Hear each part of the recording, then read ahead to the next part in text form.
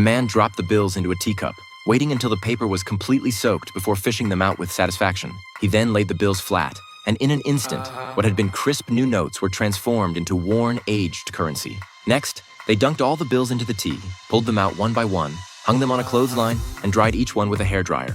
These bills were actually freshly counterfeited. Compared to brand new notes, old bills were far less likely to raise suspicion. To test the quality of this batch of fake bills, they immediately headed to a nearby corner store. John carefully handed the bill to the busy shop owner, but the moment the owner took it, he froze. He rubbed the bill gently between his fingers, stretched it a couple times, and suddenly his eyes flashed with fury. The owner grabbed John's hand in anger, clearly ready to teach him a lesson. Fortunately, Mike sensed trouble brewing and yanked John out of the crowd. The two fled the scene in chaos, running a full 6 miles before finally losing their pursuers. Back home, Mike stared at the bill, deep in thought. Why had such a convincing fake been spotted instantly?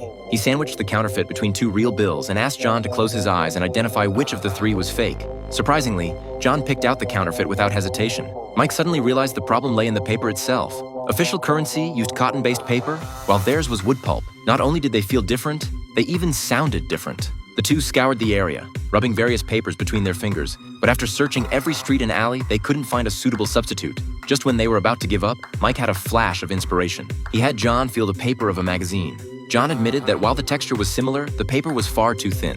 Mike then stacked 2 sheets together and told him to try again. This time, John was speechless with excitement. The feel was nearly identical to real currency. Anyone familiar with counterfeiting knows that producing high-quality fake bills requires more than just matching the paper's texture. You also need to hand-draw the intricate details on the currency. Bills use microprinting technology, and even the highest resolution scanners can't avoid creating dense moire patterns. Therefore, the initial draft must be drawn by hand.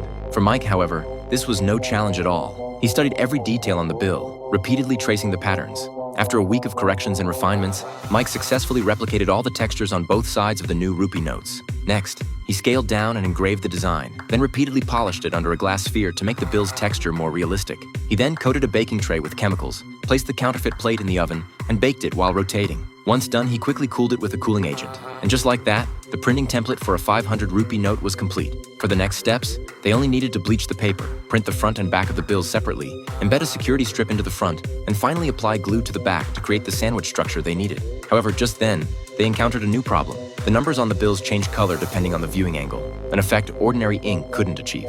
At that moment, John suddenly came up with a solution. He mixed metallic paint with ink, and the result was nearly identical to real bills. After applying a layer of clear varnish, the fake bills became as crisp and distinct as genuine currency. Finally, after their unique aging process and tea treatment, a pile of deceptively authentic counterfeit bills was complete. They headed to the market at noon. As for why they chose noon, I'm sure you can guess. This time, Mike would do the test run. He handed the fake bill to the shop owner while John stood behind, watching his hands closely, ready to bolt the moment the fake was discovered. When Mike handed over the bill, his heart tightened. Those few seconds felt endless, and you could see sweat beading on his forehead. But the next moment, Mike was holding a bottle of soda. As they walked out of the store, they snapped back to reality. Having tasted success, they excitedly hailed a taxi, ready to continue their plan.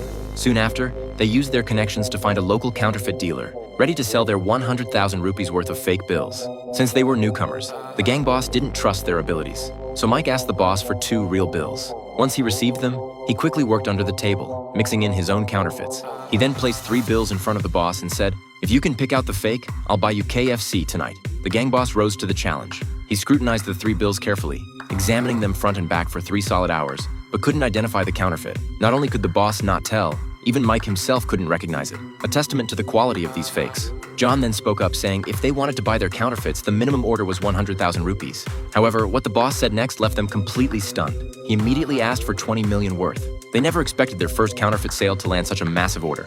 Mike accepted the deal without hesitation. However, John began to waver because not only was their production equipment primitive, their raw materials were also in short supply. But judging from Mike's expression, he clearly had a plan. That evening, back in his hometown, Mike sought out his uncle, who managed a printing factory, carefully probing about the factory's operations. His uncle, however, had already caught wind of their schemes and urged Mike to abandon his counterfeiting plans immediately.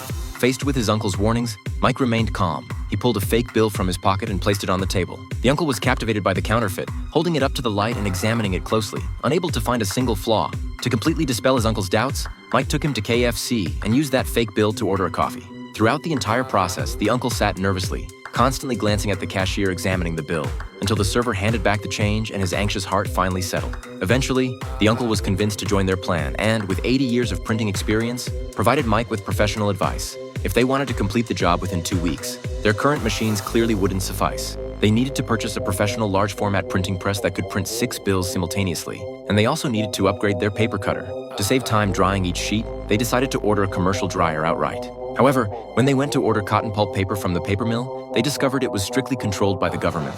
Without official procurement documents, they couldn't purchase this type of paper at all. With only 7 days left until the delivery deadline, the brothers had to take extreme measures. They contacted some underworld friends and broke into the area's largest paper mill under cover of darkness. Faced with thugs wielding clubs, the security guard was utterly baffled. He'd heard of banks being robbed, coffee shops being robbed, but never a paper mill. Finally, after searching, they found their target on the top shelf. To avoid revealing their true purpose, they also stole several other types of paper. Once they had secured sufficient raw materials, the three immediately began production. Fortunately, this time nothing went wrong, and Mike delivered the goods to the gang boss as promised.